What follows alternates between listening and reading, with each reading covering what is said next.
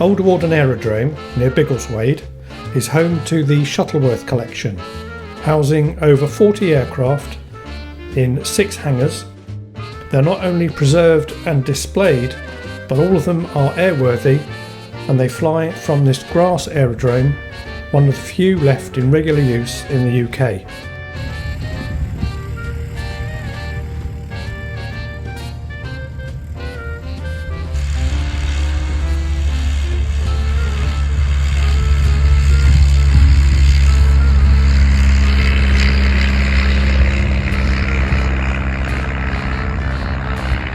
The collection includes early aircraft from the 1900s, with many exhibits showing the rapid evolution of aviation during the 2 World Wars, all the way up to 1950s commercial aircraft.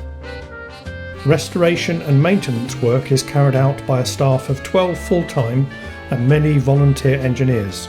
These volunteers are all members of the 3,000-strong Shuttleworth Veteran Aeroplane Society. In addition to the aircraft, the collection also includes vintage cars, buses, motorbikes, steam engines and farm machinery.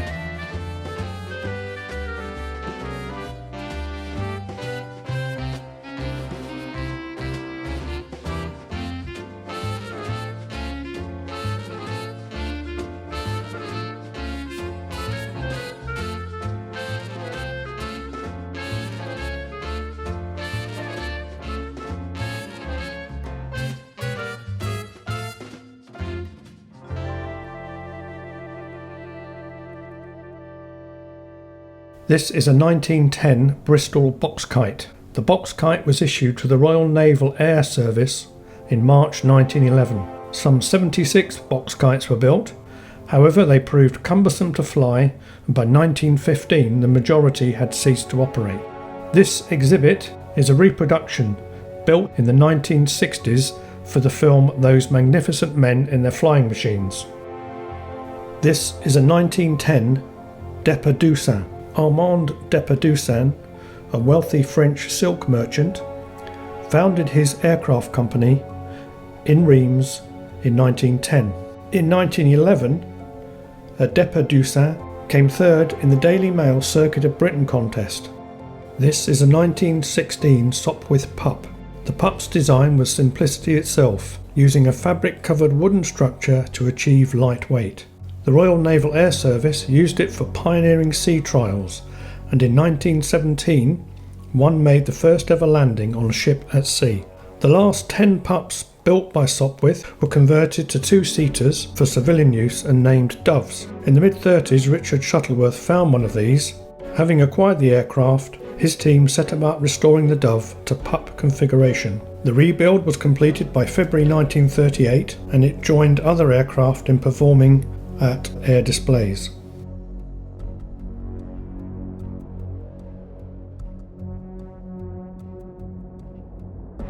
This is a 1916 Sopwith triplane. The aircraft was a design extension of the pup biplane, achieved by installing a more powerful engine and adding a third pair of wings. Entering service in early 1917, it was operated exclusively by the Royal Naval Air Service. It gained almost complete supremacy over enemy fighter aircraft for 6 to 8 months, and was the first triplane to be used on the Western Front. This reproduction aircraft was built entirely by volunteer members of the Northern Aeroplane Workshops. This is a 1918 Sopwith Camel. A Clayton and Shuttleworth built Sopwith Camel was credited with the shooting down of the infamous Red Baron during the Great War. In capable hands, the Camel was an excellent dogfighting machine, but was extremely unforgiving of the mistakes made by many of the ill-trained young men in squadrons towards the end of the war, resulting in a high accident rate and a fearsome reputation.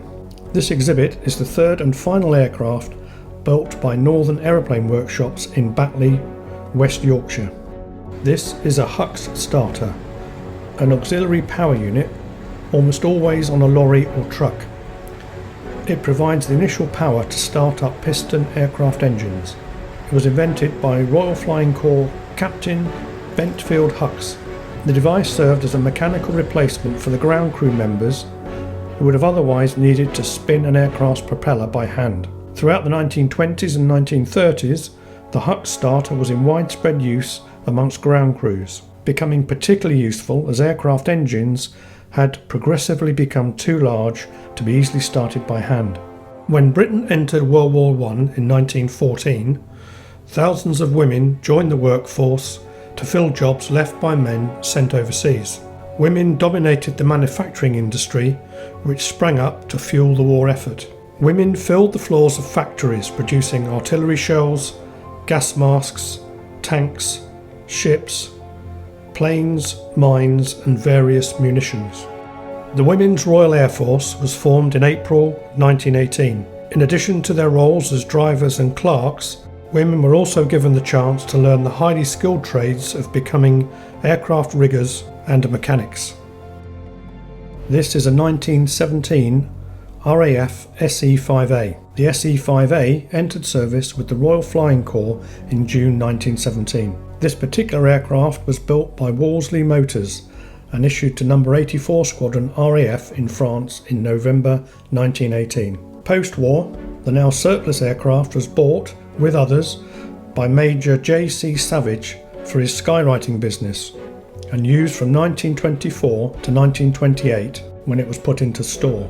In 1955 it was recovered from storage and restored for the collection, flying again in August 1959. This is a 1931 DH-82A Tiger Moth. The Tiger Moth made its greatest contribution as a wartime trainer, but was also used in a variety of roles worldwide. Since the early 50s, it has remained popular among sporting pilots, and there are upwards of 50 Tiger Moths still flying in Britain today. This is a 1937 Miles Magister. The Magister entered RAF service in 1937, initially at the Central Flying School and thereafter with a further 16 elementary flying training schools. This exhibit was built in 1939. It was restored to flying condition by Shuttleworth apprentices using components from 3 other specimens and is one of only 4 airworthy examples in the world. This is a 1931 Avro Tutor. This aircraft is one of the main production batch, and it was used by the RAF College Cranwell and Central Flying School, and then as a communications aircraft. When it was owned by Wing Commander Hayward at Burneston, Derby, it suffered crankshaft failure when taking part in the film Reach for the Sky. It was then bought by the collection and the engine was rebuilt from the best parts of 3 non-working units. It is the last Avro Tutor in the world. This is a 1937 Hawker Demon. The Hawker Demon was a fighter variant of the Hart light bomber. An initial batch of 6 aircraft were tested by 23 Squadron during 1931, and larger orders then followed for the fighter. In total, 305 Hawker Demons were built, including 232 for the RAF. This particular aircraft was the 23rd delivered of a 3rd production batch of 37. It was delivered to the RAF on the 27th of October 1937 and initially assigned to No. 64 Squadron, whose livery now adorns the aircraft.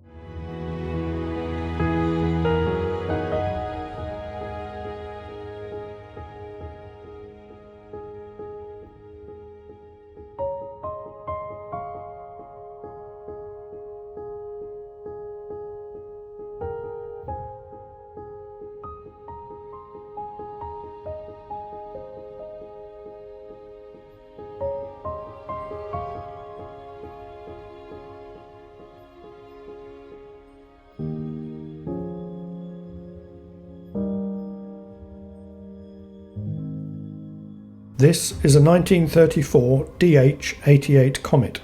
This DH-88 won the 1934 England to Australia air race in 70 hours and 54 minutes.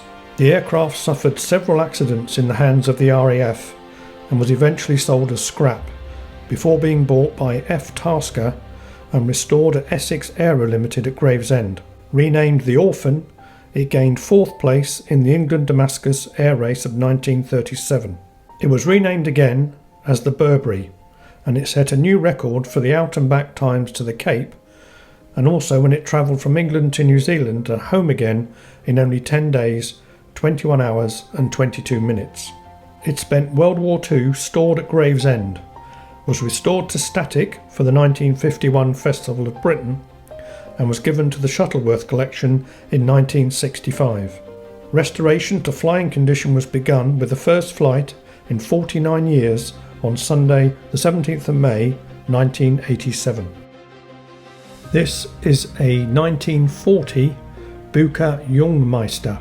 Bucher Flugzeugbau was set up in 1932 and was fortunate that its first product, the two-seater Jungmann biplane, was a great success, being taken up by many European countries as a trainer for the Luftwaffe and even the Japanese military. On the strength of early Jungmann sales, the company began to work on a new single-seat biplane. When the new machine, the Jungmeister, appeared in 1935, it looked similar to its predecessor but was smaller and fitted with a more powerful version of the Hertz 4-cylinder inline engine.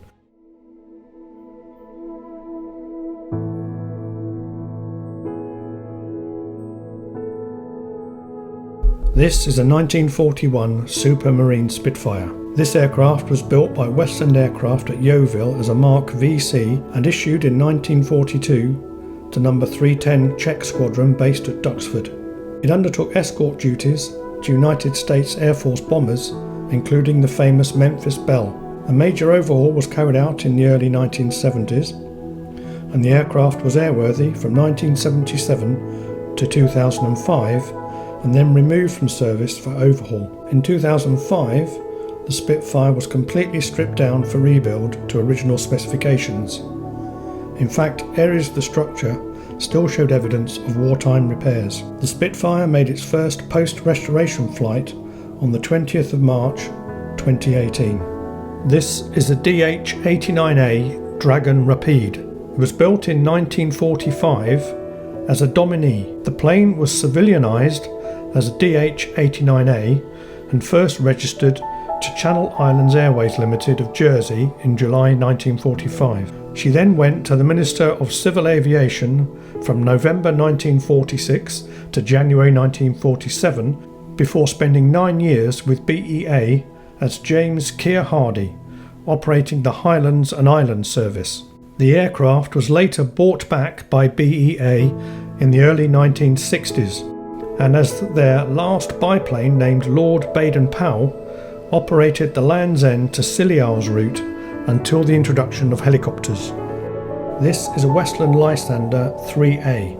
Built originally for the RAF, this aircraft went to Canada in 1942. Post-World War II, it was sold to a Canadian collector, and then in 1971 went to the Strathallan Collection in Scotland, where it was restored to flying condition by late 1979. Grounded in 1986, it was stored and then went to Duxford in 1997 for restoration. It was purchased by the SVAS and joined the collection in 1998. It arrived painted in standard RAF camouflage. In the autumn of 1999, it was repainted in black, bearing the serial number V9367. A dummy 150-gallon long-range fuel tank has been attached below the fuselage. In this configuration, the Lysander 3 SD Special Duties was employed by No. 161 RAF Squadron on clandestine night flying operations between 1942 and 1945. The Cambridge Flying Group now operate from Old Warden. They can offer introductory and experienced flights in their 2 Tiger Moths.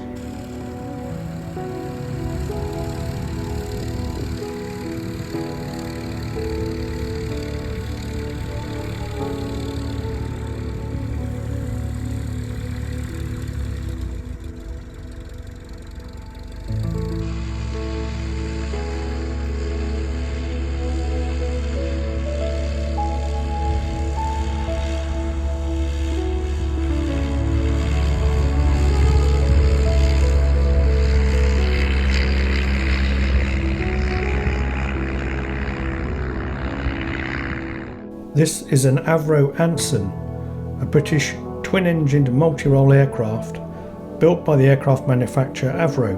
Large numbers served in a variety of roles for the RAF, the Fleet Air Arm, the Royal Canadian Air Force and the Royal Australian Air Force. After the outbreak of the Second World War, the Anson was soon found to become obsolete in frontline combat roles. Large numbers were instead put to use as multi-engine aircrew trainers, having been found to be suitable for this role. During the post-war climate, the Anson was increasingly produced for the civil market, being used as a light transport and executive aircraft. This Anson has been painted in the colours of one that would have been used by the RAF based at Coningsby in Lincolnshire.